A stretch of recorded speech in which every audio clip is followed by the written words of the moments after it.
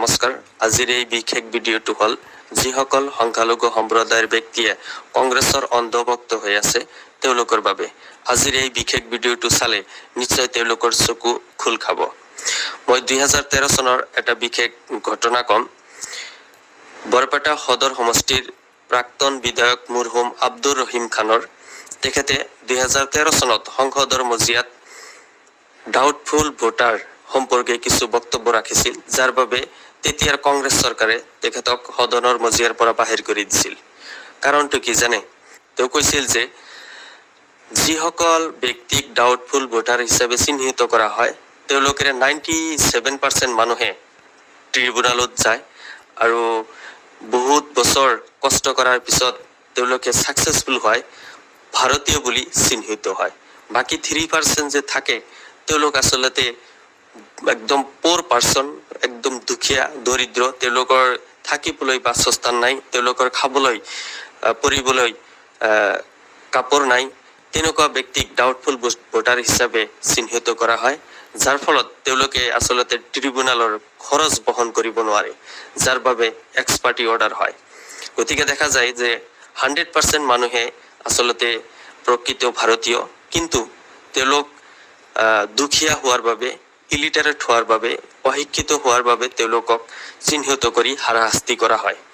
এই কথাটো সদনৰ মজিয়াত কোৱাৰ লগে লগে তেতিয়াৰ কংগ্ৰেছ চৰকাৰে সংসদৰ মজিয়াৰ পৰা তেখেতক বাহিৰ কৰি দিয়া হয়।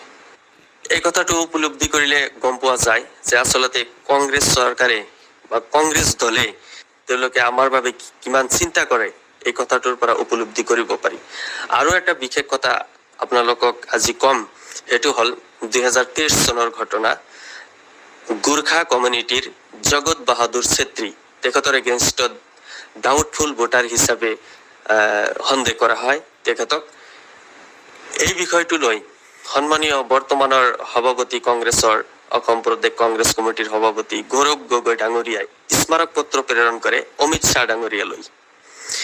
এটা কথা ভাবি চাব, গোৰ্খা কমিউনিটিৰ বাবে তেওঁ স্মাৰক পত্ৰ প্ৰেৰণ কৰিব পাৰে অমিত শ্বাহ ডাঙৰীয়ালৈ, কিন্তু আমাৰ অসমত হাজাৰ হাজাৰ সংখ্যালঘু মিয়া সম্প্ৰদায়ৰ মানুহে ইমান নিৰ্যাতন হৈ আছে, ইমান হাৰাশাস্তি হৈ আছে, তেওঁলোকৰ খাবলৈ খাদ্য নাই, তেওঁলোকৰ পিন্ধিবলৈ কাপোৰ নাই, থাকিবলৈ বাসস্থান নাই। তেওঁলোকে আৰ্থিকভাৱে ইমানেই দুৰ্বল যে তেওঁলোকে দিন হাজিৰা কৰি কোনোমতে পেট পূজা কৰি তেওঁলোকে জীৱন নিৰ্বাহ কৰে। এনেকুৱা কষ্টৰ মাজতো তেওঁলোকক যেতিয়া ডাউটফুল ভোটাৰ হিচাপে চিহ্নিত কৰি হাৰাশাস্তি কৰা হয়, ভাবকচোন কথাটো কেনেকুৱা অনুভৱ কৰিলেই বহুত বেয়া লাগে। যিসকল ব্যক্তিয়ে ফেচ কৰি আছে, যিসকল ব্যক্তিয়ে আচলতে বাস্তৱ চিত্ৰটো চাই আছে, তেওঁলোকে অনুভৱ কৰিব পাৰিব। আৰু এই যন্ত্ৰণাটো অকল সৃষ্টি কৰিছে কংগ্ৰেছে। যিসকল দৰিদ্ৰ দুখীয়া নিপীড়িত মানুহ আছে, আপোনালোকক একদম কোৰৰ জৰে অনুৰোধ জনাম, আপোনালোকে কংগ্ৰেছক কেতিয়াও বিশ্বাস নকৰিব। যিসকল অন্ধভক্ত কংগ্ৰেছী আছে আপোনালোকক মই চেলেঞ্জ দি কৈছো, মই দুটা কথা যি কৈছো, যদি কিবা মই ভুল তথ্য দিছো মই ৰাজহুৱাকৈ ক্ষমা খুজিম। যদি কোনো ব্যক্তিয়ে মোক ক'ব পাৰে যে আপুনি ভুল তথ্য দিছে, মই যিটো তথ্য দিছো সঠিক আৰু সত্য কথা কৈছো, মোৰ হাতত প্ৰমাণ আছে। গতিকে আমি যিমানেই কংগ্ৰেছৰ অন্ধভক্ত হৈ যিমানেই গুণগান নকৰো, যিমানেই চৰকাৰত নানো কিয়, আমাৰ সংখ্যালঘু সম্প্ৰদায়ৰ মানুহৰ কাৰণে কংগ্ৰেছ দলে কেতিয়াও চিন্তা চৰ্চা নকৰে।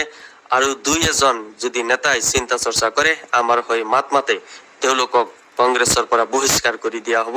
যেনেকুৱা শ্বেৰমান আলী আহমেদক বহিষ্কাৰ কৰিছে, যেনেকুৱা ছিদ্দিক আলী আহমেদক বহিষ্কাৰ কৰিছে, তেনেকেই আমাৰ হৈ মাত মাতা প্ৰত্যেকজন নেতাক কংগ্ৰেছৰ পৰা বহিষ্কাৰ কৰা হ'ব। মই 100% গেৰাণ্টি দি আপোনালোকক ক'ব পাৰো, সংখ্যালঘু সম্প্ৰদায়ৰ চিন্তা চৰ্চা কৰিবলৈ কংগ্ৰেছৰ মজিয়াত কোনো স্থান নাই।